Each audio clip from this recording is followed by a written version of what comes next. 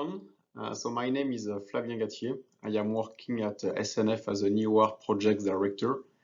I am involved in the execution of EOR projects over the world for the past 12 years.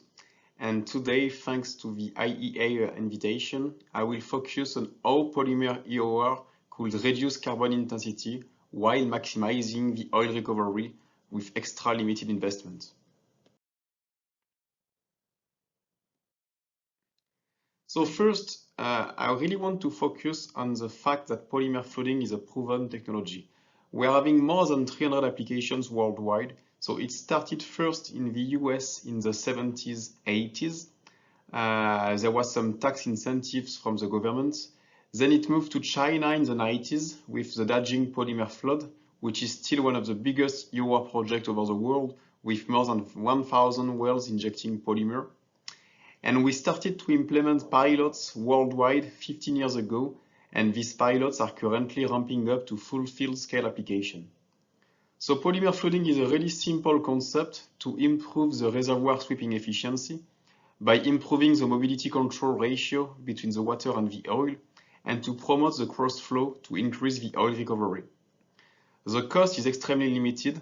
It could fluctuate between $3 and $6 per incremental barrel of oil. And this will allow the operator to recover from 8 to 20% of incremental oil. And this is for sure far cheaper than any exploration and drilling activities. Finally, it will also accelerate the oil recovery. For example, on the SPE paper on the right from Captain, written by Chevron, the operator is reporting up to 6 years of acceleration in oil recovery. The main driver being the water cut reduction and the increased oil cut. Since the past 1 year, the oil demand started to increase again significantly. We are all aware that there was extremely limited investment performed by the oil company from the past 5 years, meaning that we are having mature assets with a strong decline on their production. So generally, we can have two major solutions to increase the production again. The first one being to perform new drilling or new exploration and production. By definition, this is a bit uncertain and the cost could be significant. The second option where we'll focus today is to increase the recovery factor from your existing asset. And this is what we'll do with EOR and with polymer flooding. So the investment for EOR, as I mentioned previously, it's extremely limited, between $3 and $6 per incremental barrel of oil. The reason why is that we will focus on existing infrastructures where all the investments have been performed in terms of producing assets, water treatment activities, logistic infrastructures, and so on. And ultimately, it will produce some cleaner and faster oil.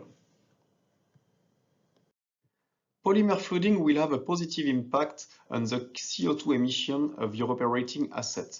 The main driver being the reduction of the water cut, making fluid injection more efficient.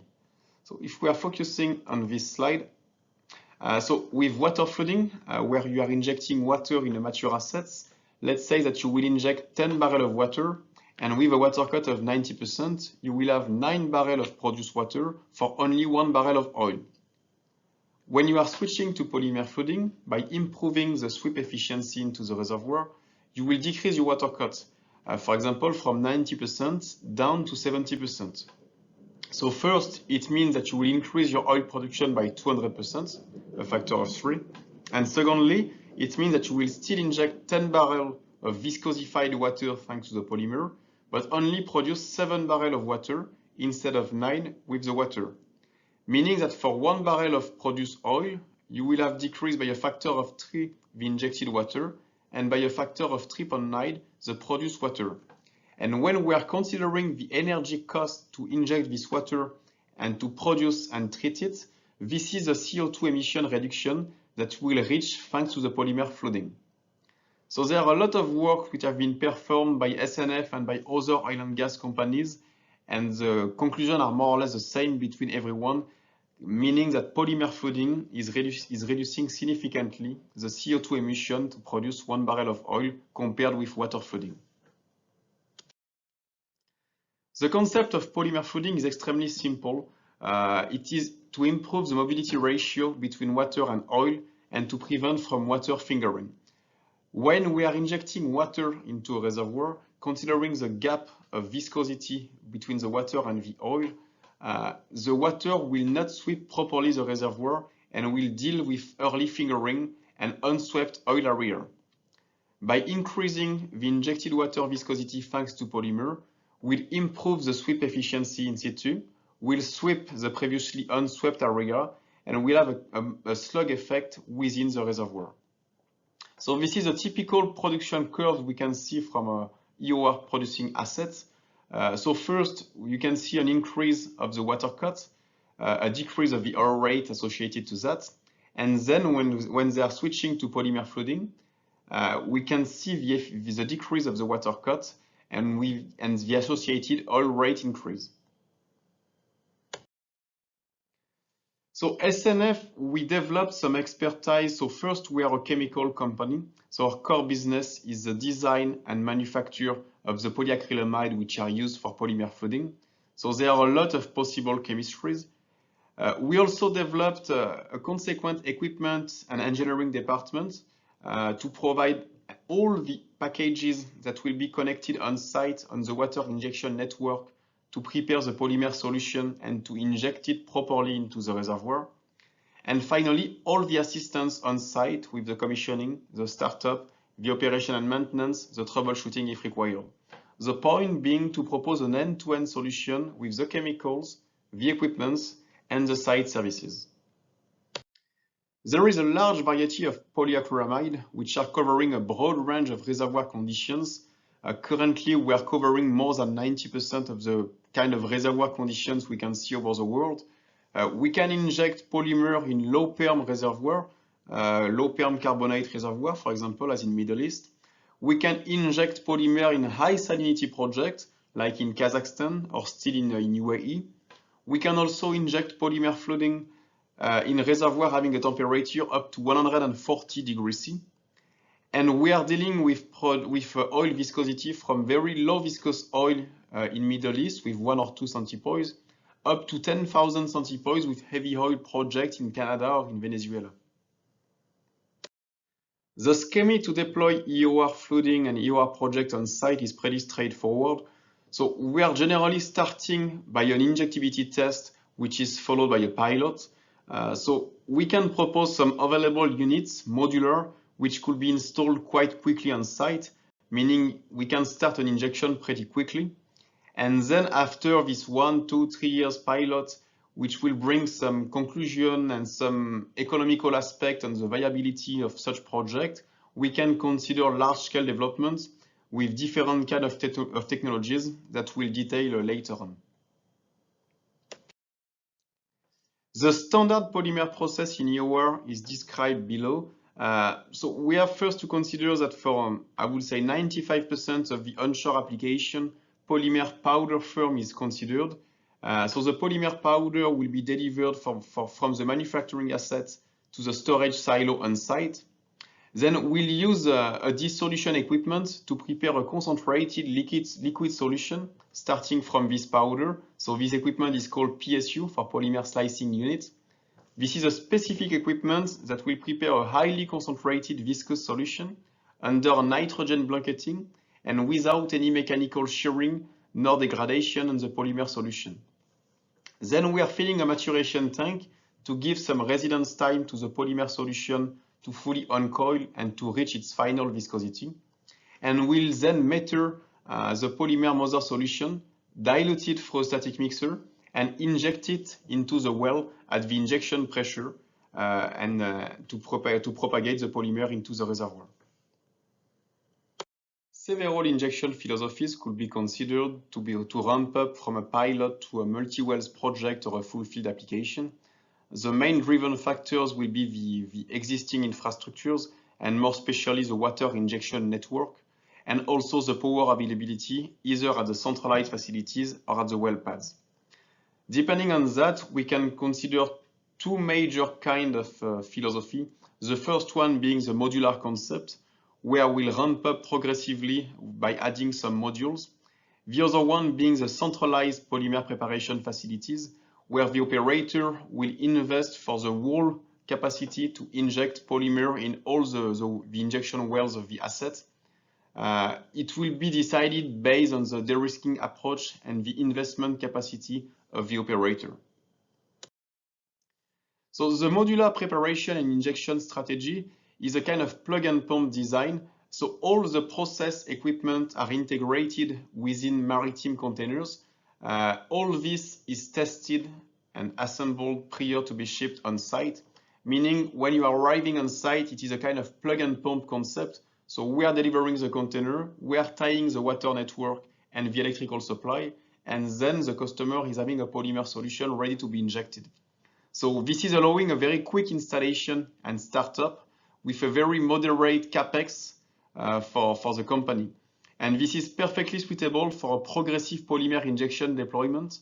We are having a lot of cases where we started first by one container to inject in one well, and then the customers progressively is ordering new equipment, new containers, new package, and injecting in 10, 20, 50, 100 injection wells. So we're having a lot of references like this in South America, in Africa, and so on. The other concept being to have a centralized full field deployment. So the customer has made a successful pilot.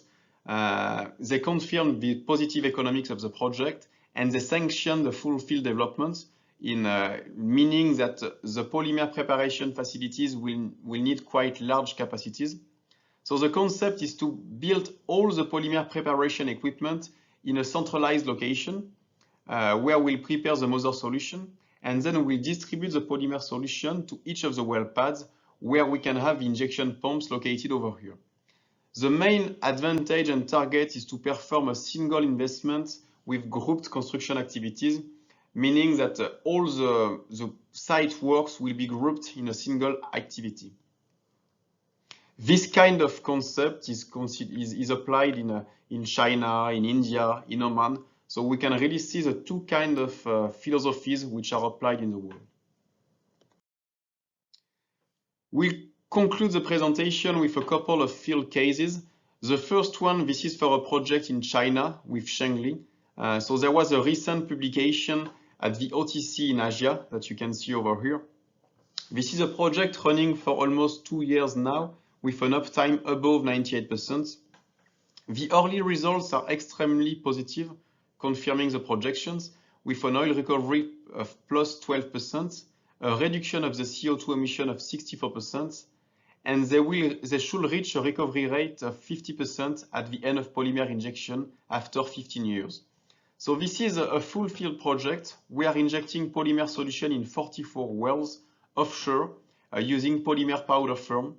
The capex to implement the polymer preparation facilities were quite limited, with compact solution to integrate everything onto the platform. And considering the success of this project, 2 new projects will be implemented by Shengli. And on the bottom right, you can see the extra oil production thanks to polymer flooding. This is a blue curve compared with the orange one with water flooding only. So we'll more or less double the oil production on a 15 years long project. A second project that we'll focus on, this is in Argentina for YPF. This is a reference of the associated paper. So YPF is implementing EOR and polymer flooding at a large scale. They are injecting polymer in dozens and dozens of wells. So this is a project in Greenvik, and you can see the decline they were facing with their primary production. Then they switched to water flooding. Their oil rate decreased from 110 cubic meter per day down to 40 to 30 cubic meter a day. And when they switched back to polymer flooding, they came again to the more than 100 cubic meter a day of oil production, which was the objective of the company. And what you can see over here is a correlation between the incremental recovery versus the injected per volume. And there is a very good correlation between what was simulated and what they are seeing on site. So as a conclusion, implementing polymer flooding is easy. There are some plug and pump solutions, meaning that everything could be installed and commissioned and started quickly on site. There are some polymer for any kind of reservoir. It is cost efficient, only $3 to $6 per extra barrel of oil, which is far cheaper than any exploration or drilling activities. It will accelerate the oil recovery up to 6 years. And the last but not the least, this is extremely sustainable, will reduce the water quantity by a factor of 3 to 6, and will reduce the greenhouse gases emission by a factor from 2 to 6 times less. As a last slide, we really think there is always a good time to perform a pilot. The cost to perform a pilot and the associated risk will be extremely limited. For an onshore pilot on a duration of 2 years, the associated investment for the oil company will be between $2 and $4 million, which is less than a drilling or a workover. The implementation is pretty simple. We'll just inject some viscous water, which is a simple concept. It is not a complex technology, which is field proven. We'll focus on your existing assets by simply tying an extra polymer preparation equipment on your water injection network. Some modular solutions have been developed to limit the cost and to limit the investment for the company. And the pilot will allow you and your decision maker and your boards to evaluate the extra oil recovery you will reach and to extrapolate the NPV and the economics for a large full field deployment. I would like to thank IEA first and all of you for giving me this opportunity to present this paper. Thank you.